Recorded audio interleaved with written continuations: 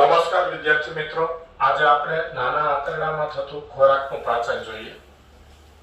તો નાના આંતરડાની દિવાલનું સ્નાયુ સ્તર વિવિધ પ્રકારના હલનચલન ઉત્પન્ન કરે છે, એટલે કે પરિસંકોચન દર્શાવે છે. આપણે આગળ જોઈ ચૂક્યા છીએ કે અનુમાર્ગની દિવાલમાં લસી સ્તર પછી બીજું સ્તર સ્નાયુ સ્તર હોય છે.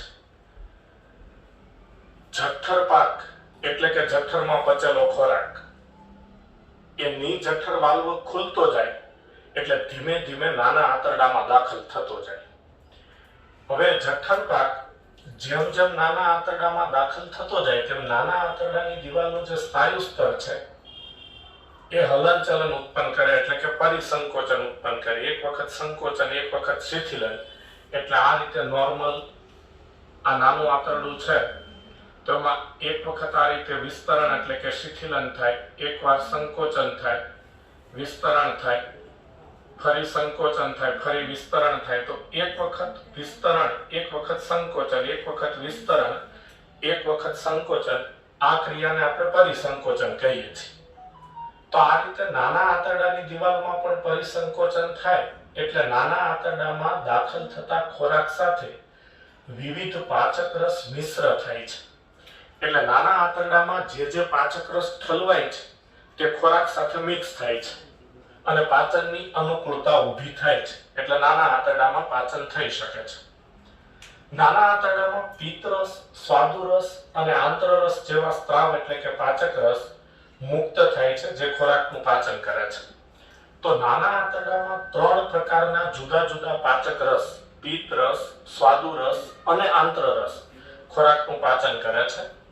તેમાં પિત્તરસ અને સ્વાદુરસ એ યકૃત સ્વાદુપિંડ નલિકા દ્વારા મુક્ત થાય છે. આગળ પણ આપણે ચર્ચા કરી ચૂક્યા છીએ કે યકૃતમાં ઉત્પન્ન થતો પિત્તરસ અને સ્વાદુપિંડમાં ઉત્પન્ન થતો સ્વાદુરસ એ છેલ્લે યકૃત સ્વાદુપિંડ નલિકા દ્વારા પક્વાશયમાં આવે અને પક્વાશયમાં ખોરાકનું પાચન કરે.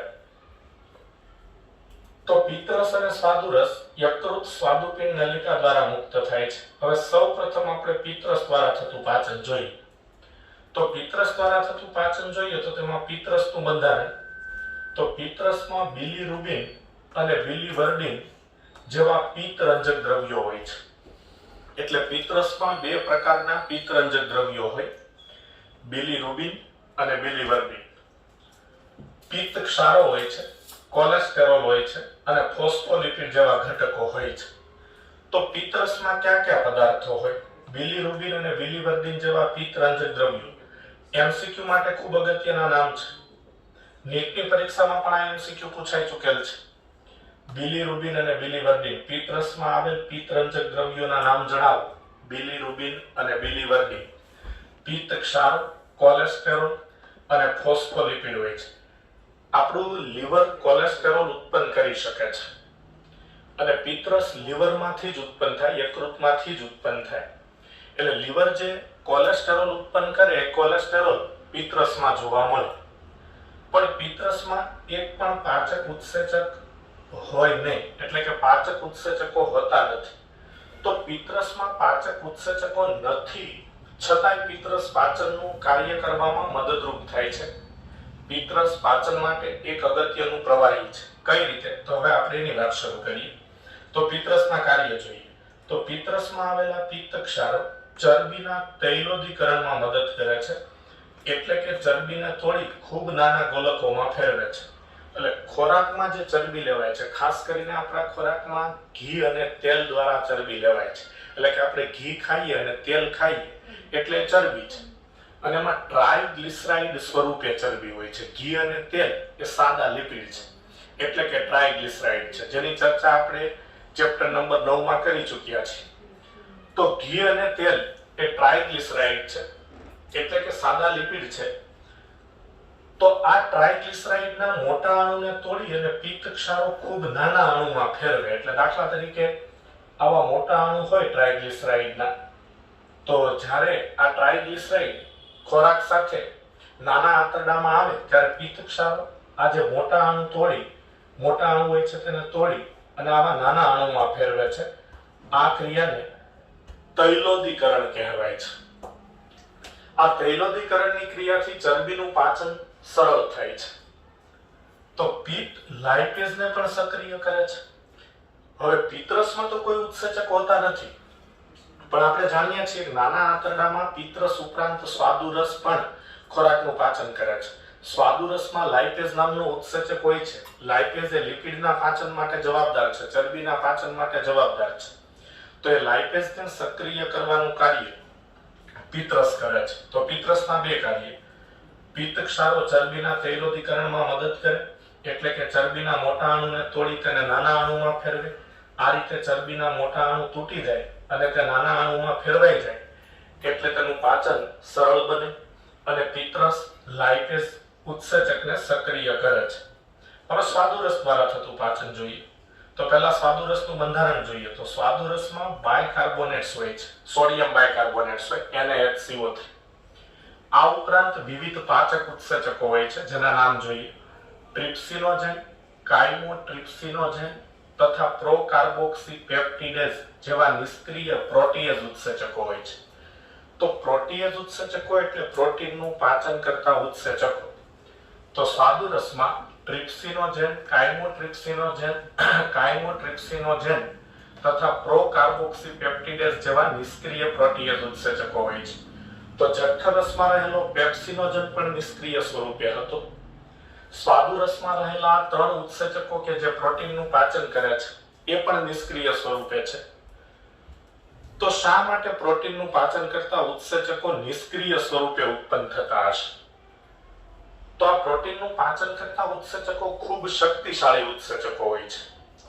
જો એ સીધા સક્રિય સ્વરૂપે ઉત્પન્ન થાય તો અન્નમાર્ગની દિવાલ પણ પ્રોટીનની બનેલી હોય, કારણ કે અન્નમાર્ગની દિવાલમાં જે સ્નાયુ સ્તર હોય એ સ્નાયુ સ્તર પ્રોટીનનું બનેલું હોય. તો એવું બને કે પ્રોટીનનું પાચન કરતા ઉત્સેચકો જો સીધા સક્રિય સ્વરૂપે ઉત્પન્ન થાય તો તે અન્નમાર્ગની દિવાલનું પાચન કરી નાખે, કારણ કે અન્નમાર્ગની દિવાલ પણ પ્રોટીનની બનેલી છે. હવે જો અન્નમાર્ગની દિવાલનું પાચન કરી નાખે તો માનવનું મૃત્યુ થાય, કારણ કે અન્નમાર્ગ નાશ પામે. એટલે પ્રોટીનનું પાચન કરતા ઉત્સેચકો સૌપ્રથમ નિષ્ક્રિય સ્વરૂપે ઉત્પન્ન થાય, પછી સક્રિય બને અને સક્રિય બની પ્રોટીનનું પાચન કરે. તો હવે બીજો સવાલ એ થાય કે પ્રોટીનનું પાચન કરતા ઉત્સેચકો જ્યારે સક્રિય બને ત્યારે અન્નમાર્ગની દિવાલને નહીં પચાવી શકે, અન્નમાર્ગની દિવાલ માટે ત્યારે ખતરો નહીં ઊભો કરી શકે. પણ ત્યાં સુધીમાં અન્નમાર્ગની દિવાલ ફરતે શ્લેષ્મનું રક્ષણાત્મક સ્તર બની ચૂક્યું હોય છે. હવે શ્લેષ્મનું રક્ષણાત્મક સ્તર બની ચૂક્યું હોય છે અન્નમાર્ગની દિવાલ ફરતે, એટલે આ પ્રોટીનનું પાચન કરતા ઉત્સેચકો સક્રિય થઈ જાય તો તે અન્નમાર્ગની દિવાલને કોઈ નુકસાન કરી શકતા નથી. ક્યારેક એવું બને કોઈ વ્યક્તિમાં કે શ્લેષ્મનું પણ કોઈ જગ્યાએ થોડુંક ન બન્યું હોય, ખાસ કરીને જઠરની દિવાલમાં. તો આપણે જાણીએ છીએ જઠ્ઠરસમાં મંદ HCl હોય તથા પેપ્સિનોજન નામનો ઉત્સેચક હોય જે સક્રિય થઈ પેપ્સિનમાં ફેરવાય. તો એના કારણે શ્લેષ્મ સ્તરના એ ભાગમાં ચાંદુ પડી જાય, અલ્સર થઈ જાય, જેને પેપ્ટિક અલ્સર કહેવાય, જઠ્ઠરની દિવાલમાં થાય એટલે. તો આ ચાંદુ પડી જવાનો ખતરો ઊભો થાય છે, એટલે કે અલ્સર થવાનો ખતરો ઊભો થાય છે જો કોઈ ભાગમાં, કોઈ નાના એવા ભાગમાં શ્લેષ્મનું સ્તર ન બન્યું હોય તો. બાકી અન્નમાર્ગની દિવાલની અંદરની સાઈડ શ્લેષ્મનું સ્તર બની જાય છે, એટલે શ્લેષ્મનું સ્તર આ પ્રોટીનનું પાચન કરતા ઉત્સેચકો સક્રિય થઈ જાય પછી અન્નમાર્ગની દિવાલને નુકસાન થવા દેતું નથી. પણ પહેલા આ પ્રોટીનનું પાચન કરતા ઉત્સેચકો સક્રિય સ્વરૂપે નથી ઉત્પન્ન થતા, સીધા જો સક્રિય સ્વરૂપે ઉત્પન્ન થાય તો તે અન્નમાર્ગની દિવાલને પચાવી નાખે. ઓકે. આ ઉપરાંત એમાઇલેસ, લાઇપેઝ તથા ન્યુક્લિયસ જેવા ઉત્સેચકો પણ હોય છે. તો આ સ્વાદુરસમાં રહેલા જુદા જુદા ઉત્સેચકો છે. હવે સ્વાદુરસના કાર્યની વાત કરીએ તો પહેલા પ્રોટીનનું પાચન. તો પ્રોટીનનું પાચન કરવા માટે અહીં ટ્રિપ્સિનોજેન, કાઇમોટ્રિપ્સિનોજેન, ટ્રિપ્સિનોજેન તથા પ્રોકાર્બોક્સીપેપ્ટિડેઝ એવા 3 ઉત્સેચકો છે. પરંતુ આ ત્રણેય ઉત્સેચકો નિષ્ક્રિય છે. નિષ્ક્રિય છે એટલે સૌપ્રથમ એને સક્રિય કરવા પડે.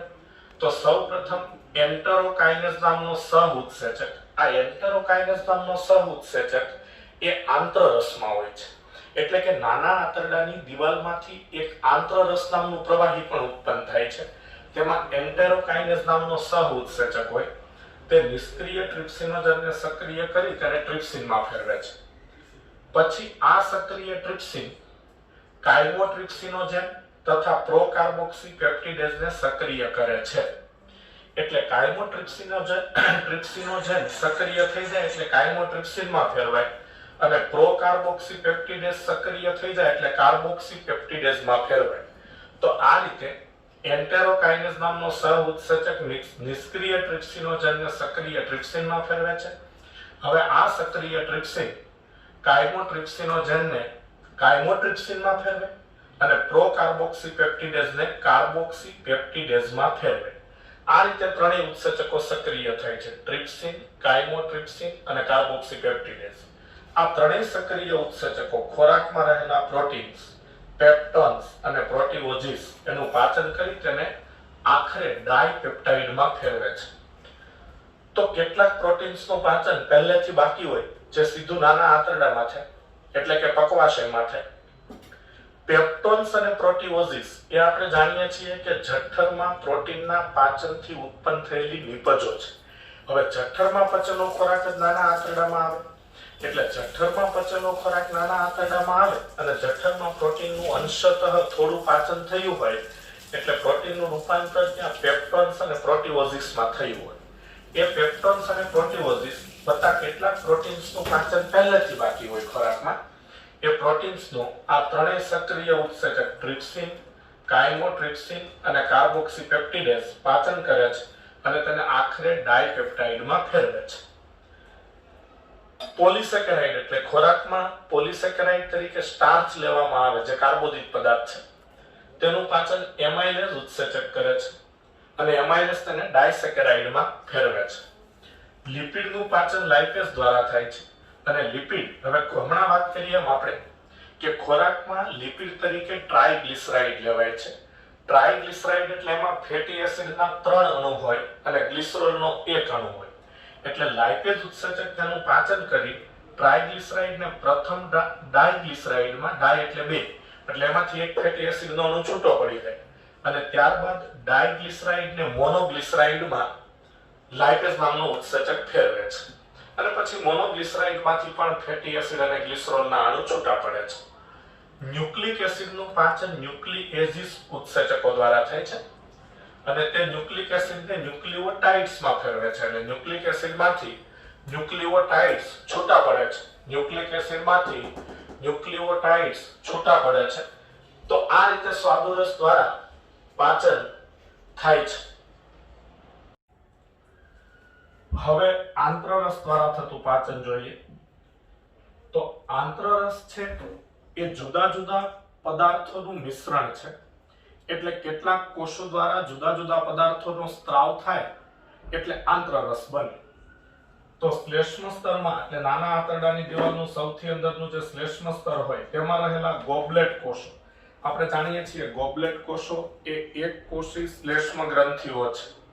તે શ્લેષ્મનો સ્ત્રાવ કરે અને શ્લેષ્મ સ્તરના બ્રશ બોર્ડર કોષો એટલે પેલા સૂક્ષ્મ રસાંકુરો ધરાવતા કોષો એ માલ્ટેઝ, સુક્રેઝ, લેક્ટેઝ, પેપ્ટિડેઝિસ અને લાઇપેઝિસ જેવા ઉત્સેચકોનો સ્ત્રાવ કરે છે.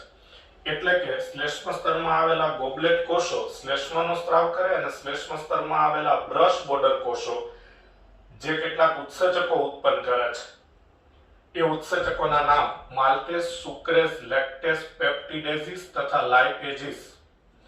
આ ઉપરાંત પક્વાશયના અધઃ શ્લેષ્મ સ્તરમાં બ્રુનરની ગ્રંથિ હોય છે. તે બેઝિક પ્રવાહી ઉત્પન્ન કરે છે તથા એ બ્રુનરની ગ્રંથિ પણ શ્લેષ્મ ઉત્પન્ન કરે છે અને નહિવત માત્રામાં, ખૂબ ઓછી માત્રામાં ઉત્સેચકો પણ ઉત્પન્ન કરે છે બ્રુનરની ગ્રંથિ. તો ગોબલેટના કોષો દ્વારા ઉત્પન્ન થતું શ્લેષ્મ, બ્રશ બોર્ડર કોષો દ્વારા ઉત્પન્ન થતા આ જુદા જુદા ઉત્સેચકો અને બ્રુનરની ગ્રંથિ દ્વારા ઉત્પન્ન થતું બેઝિક પ્રવાહી શ્લેષ્મ વગેરે બધા સ્ત્રાવ મળી આંત્રરસ બનાવે છે. આંત્રરસમાં રહેલું શ્લેષ્મ સ્વાદુરસના બાયકાર્બોનેટ સાથે મળી આંતરડાના શ્લેષ્મ સ્તરનું જઠરરસના મંદ HCl સામે રક્ષણ આપે છે તથા ઉત્સેચકીય પ્રક્રિયા માટે બેઝિક માધ્યમ એટલે કે pH 7.8 પૂરું પાડે છે. એટલે આ પોઈન્ટ એવું સમજાવે છે કે શ્લેષ્મ છે, આંતરરસમાં જે શ્લેષ્મ હોય છે એ શ્લેષ્મ નાના આંતરડાની દિવાલ ફરતે રક્ષણાત્મક પડ બનાવે. એટલે આ નાના આંતરડાની દિવાલ છે તો આ નાના આંતરડાની દિવાલ ફરતે શ્લેષ્મ રક્ષણાત્મક પડ બનાવે. તો આ શ્લેષ્મનું રક્ષણાત્મક પડ, તો શ્લેષ્મના રક્ષણાત્મક પડને કારણે જે ખોરાક નાના આંતરડામાં પાચન પામી રહ્યો છે એ ખોરાક સાથે જઠર રસ હોય અને જઠર રસમાં મંદ HCl હોય. એટલે મંદ HCl ની એસિડિક અસર આ નાના આંતરડાની દિવાલના શ્લેષ્મ સ્તરને ન થાય એ માટે આ જે શ્લેષ્મ છે એ નાના આંતરડાની દિવાલ ફરતે રક્ષણાત્મક આવરણ બનાવે. તથા સ્વાદુરસમાં જે બાયકાર્બોનેટના ક્ષાર હોય, સોડિયમ બાયકાર્બોનેટ, એ નાના આંતરડામાં બેઝિક માધ્યમ ઉત્પન્ન કરે છે. આ બેઝિક માધ્યમને કારણે હમણાં આપણે સ્વાદુરસમાં પ્રોટીનનું પાચન કરતા જે ઉત્સેચકો જોયા, ટ્રિપ્સિનોજેન, કાઇમોટ્રિપ્સિનોજેન અને પ્રોકાર્બોક્સીપેપ્ટિડેઝ કે જે નિષ્ક્રિય હતા, એ સક્રિય થાય બેઝિક માધ્યમમાં અને પ્રોટીનનું પાચન કરે. તો શ્લેષ્મ અને સ્વાદુરસના બાયકાર્બોનેટ્સ મળીને નાના આંતરડાના શ્લેષ્મ સ્તરનું મંદ HCl સામે રક્ષણ આપે, એટલે કે શ્લેષ્મ રક્ષણાત્મક પડ બનાવે. અને આ સ્વાદુરસના બાયકાર્બોનેટ ઉત્સેચકોની પ્રક્રિયા માટે ત્યાં બેઝિક માધ્યમ પૂરું પાડે, એટલે કે 7.8 જેટલી pH માં નાના આંતરડામાં પાચન ક્રિયા. તો આંતરરસમાં રહેલ ડાયપેપ્ટિડેઝિસ ઉત્સેચકો ડાયપેપ્ટાઇડનું પાચન કરી એમિનો એસિડ બનાવે. અહીં આપણે જોઈએ છીએ કે ડાયપેપ્ટાઇડ સુધીનું પાચન નાના આંતરડામાં સ્વાદુરસ દ્વારા થઈ ચૂક્યું હોય છે. એટલે ડાયપેપ્ટાઇડ સુધીનું પાચન છે એ સ્વાદુરસ દ્વારા થઈ ચૂક્યું હોય. પછી ડાયપેપ્ટાઇડનું ડાયપેપ્ટિડેઝિસ ઉત્સેચક દ્વારા આગળનું પાચન આંતરરસ દ્વારા થાય અને એમિનો એસિડ બને. પ્રોટીનનું રૂપાંતર એમિનો એસિડમાં થઈ જાય એટલે પ્રોટીનનું પાચન પૂર્ણ થયું કહેવાય. કારણ કે એમિનો એસિડ એ પ્રોટીનનો સૌથી સરળ ઘટક છે, પ્રોટીનનું સૌથી સરળ સ્વરૂપ છે. હવે એમિનો એસિડનું નાના આંતરડાની દિવાલ દ્વારા શોષણ થાય. ખાસ કરીને મધ્યાંત્ર અને શેષાંત્ર જે નાના આંતરડાના અંગો છે તેની દિવાલ પાચિત દ્રવ્યોનું શોષણ કરે. માલ્ટોઝ કે જે ડાયસેકેરાઇડ છે તેનું પાચન માલ્ટેઝ ઉત્સેચક કરે અને માલ્ટોઝનું રૂપાંતર ગ્લુકોઝના બે અણુમાં થાય. લેક્ટેઝ લેક્ટોઝનું પાચન કરી ગ્લુકોઝ અને ગેલેક્ટોઝ બનાવે. સુક્રેઝ સુક્રોઝનું પાચન કરી ગ્લુકોઝ અને ફ્રુક્ટોઝ બનાવે. પછી ન્યુક્લિક એસિડનું પાચન, તો ન્યુક્લિઓટાઇડ સુધીનું પાચન છે એ સ્વાદુરસ દ્વારા થઈ ચૂક્યું હોય છે. અહીં આપણે જાણીએ છીએ કે સ્વાદુરસમાં જે ન્યુક્લિયેઝિસ ઉત્સેચકો હોય એ ન્યુક્લિક એસિડનું પાચન કરી તેને ન્યુક્લિઓટાઇડ્સમાં ફેરવે. પછી એ ન્યુક્લિઓટાઇડ્સનું પાચન આંતરરસ દ્વારા થાય. તો એના માટે ન્યુક્લિઓટાઇડેઝિસ ઉત્સેચકો જોઈએ. તે ન્યુક્લિઓટાઇડ્સનું રૂપાંતર ન્યુક્લિઓસાઇડ્સમાં કરે, એટલે ન્યુક્લિઓટાઇડ્સમાંથી ફોસ્ફેટ દૂર થાય એટલે ન્યુક્લિઓસાઇડ્સ બને. પછી ન્યુક્લિઓસાઇડેઝિસ ઉત્સેચકો ન્યુક્લિઓસાઇડ્સનું પાચન કરી શર્કરા અને નાઇટ્રોજન બેઝ બનાવે. હવે લિપિડનું પાચન, તો લિપિડનું પાચન જે રીતે સ્વાદુરસ દ્વારા થાય છે, સ્વાદુરસના લાઇપેઝ દ્વારા થાય છે અને તેમાંથી ક્રમશઃ ડાયગ્લિસરાઇડ ને પછી મોનોગ્લિસરાઇડ ઉત્પન્ન થાય છે, એ જ રીતે આંતરરસના લાઇપેઝિસ ઉત્સેચકો પણ ડાયગ્લિસરાઇડ અને મોનોગ્લિસરાઇડનું પાચન કરી તેમાંથી ફેટી એસિડ અને ગ્લિસરોલ છૂટા પાડે છે. તો આ રીતે નાના આંતરડામાં પક્વાશયની અંદર મોટા ભાગનું પાચન પૂર્ણ થઈ જાય છે. આપણે જાણીએ છીએ કે નાના આંતરડામાં 3 અંગો હોય, પક્વાશય, મધ્યાંત્ર અને શેષાંત્ર. તો પક્વાશયમાં મોટા ભાગનું પાચન પૂર્ણ થઈ જાય છે. મધ્યાંત્ર અને શેષાંત્રમાં પાચિત ખોરાકનું શોષણ થાય છે. હવે નાના આંતરડામાં ખોરાકનું પાચન પૂરું થવાથી ખોરાક પ્રવાહી જેવો, અલ્કલીય એટલે બેઝિક અને પૂર્ણ પાચિત બને છે. તો આવા અલ્કલીય, પ્રવાહી જેવા અને પૂર્ણ પાચિત ખોરાકને પૂર્ણ પાક કહેવાય છે. આ પૂર્ણ પાકનું હવે નાના આંતરડાના મધ્યાંત્ર અને શેષાંત્ર દ્વારા પચેલા દ્રવ્યોનું તેમાંથી શોષણ થાય છે. તો અહીં આ લેક્ચર આપણે પૂર્ણ કરીએ છીએ.